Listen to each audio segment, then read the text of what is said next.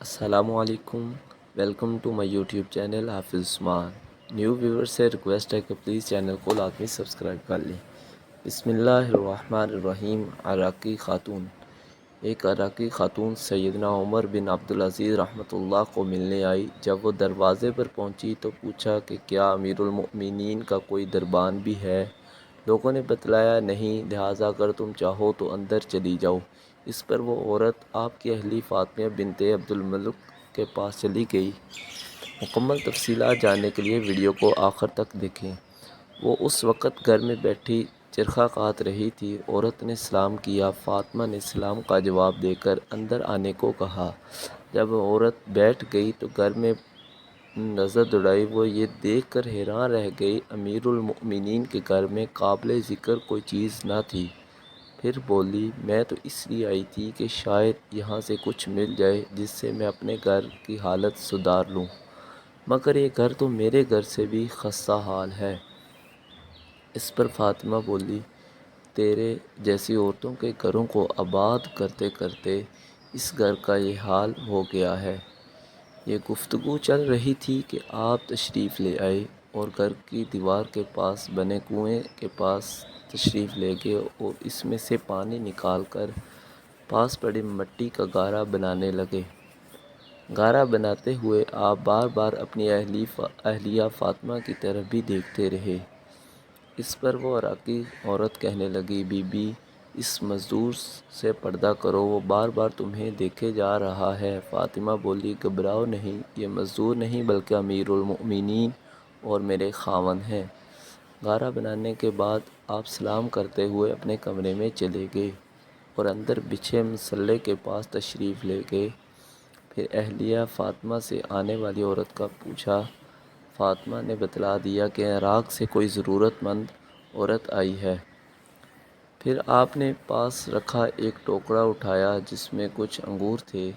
آپ اس میں سے انگور کے اچھے اچھے دانے چن کر فاطمہ کو دیتے رہے. پھر اس عراقی عورت کی طرف متوجہ ہو کر فرمایا، بی بی بتلاؤ تمہاری کیا حاجت ہے؟ وہ بولی، عراق سے آئی ہوں، 5 بیٹیاں گھر میں بیٹھی ہیں، شریف زادیاں ہیں اور کوئی ان کا سرپرست نہیں. آپ کے پاس فریاد لے کر آئی ہوں کہ ان پر کوئی نظر شفقت کیجیے. یہ سن کر آپ رونے لگے. پھر آپ نے کاغذ قلم لیا اور والی عراق کو خط لکھنے لگے. چنانچہ پوچھا، سب سے بڑی بیٹی کا نام بتلاؤ. اس نے نام بتلایا تو آپ نے اس کے نام ایک وظیفہ لکھ دیا. عورت نے خدا کا شکر ادا کیا اور اسی طرح دوسری اور تیسری بیٹی کی دفعہ بھی ہوا.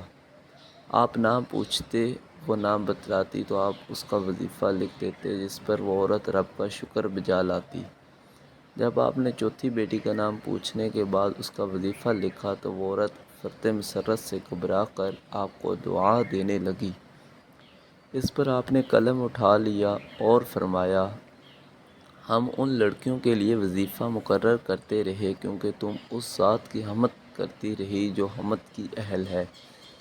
اب جب کہ تم نے اس ذات کی بجائے میری حمد بیان کرنی شروع کر دی ہے تو ہم تمہاری 5ویں بیٹی کے لیے کوئی وظیفہ مقرر نہ کریں گے. اس لیے تم اپنی ان 4 بیٹیوں سے کہو کہ وہ اپنے اپنے وظیفے میں سے اس کو بھی کچھ دے دیا کریں. وہ عورت آپ کا یہ خط لے کر عراق پہنچی اور اس سے والی کے سپرد کر دیا. والی وہ خط لے کر زاروں کرتار رونے لگا اور بولا، خدا اس خط کے لکھنے والے پر رحم کرے. اس پر وہ عورت بولی، کیا ان کا انتقال ہو گیا ہے؟ والی نے کہا، ہاں.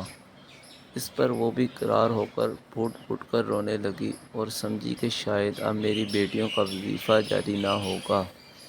والی عراق نے اس کی بے قراری کو دیکھ کر کہا، گھبراؤ نہیں، میں ان کے حکم نامے کی کسی بات کو رد نہ کروں گا. چنانچہ والی عراق نے سیدنا عمر بن عبدالعزیز رحمۃ اللہ کے فرمان کے مطابق اس کی 4 بیٹیوں کے لیے وظیفے جاری کر دیے. ویڈیو اچھی لگی تو چینل کو لازمی سبسکرائب کر لیں تاکہ مزید ایسی اچھی اور معلوماتی ویڈیو بر وقت آپ تک پہنچتی رہیں. شکریہ.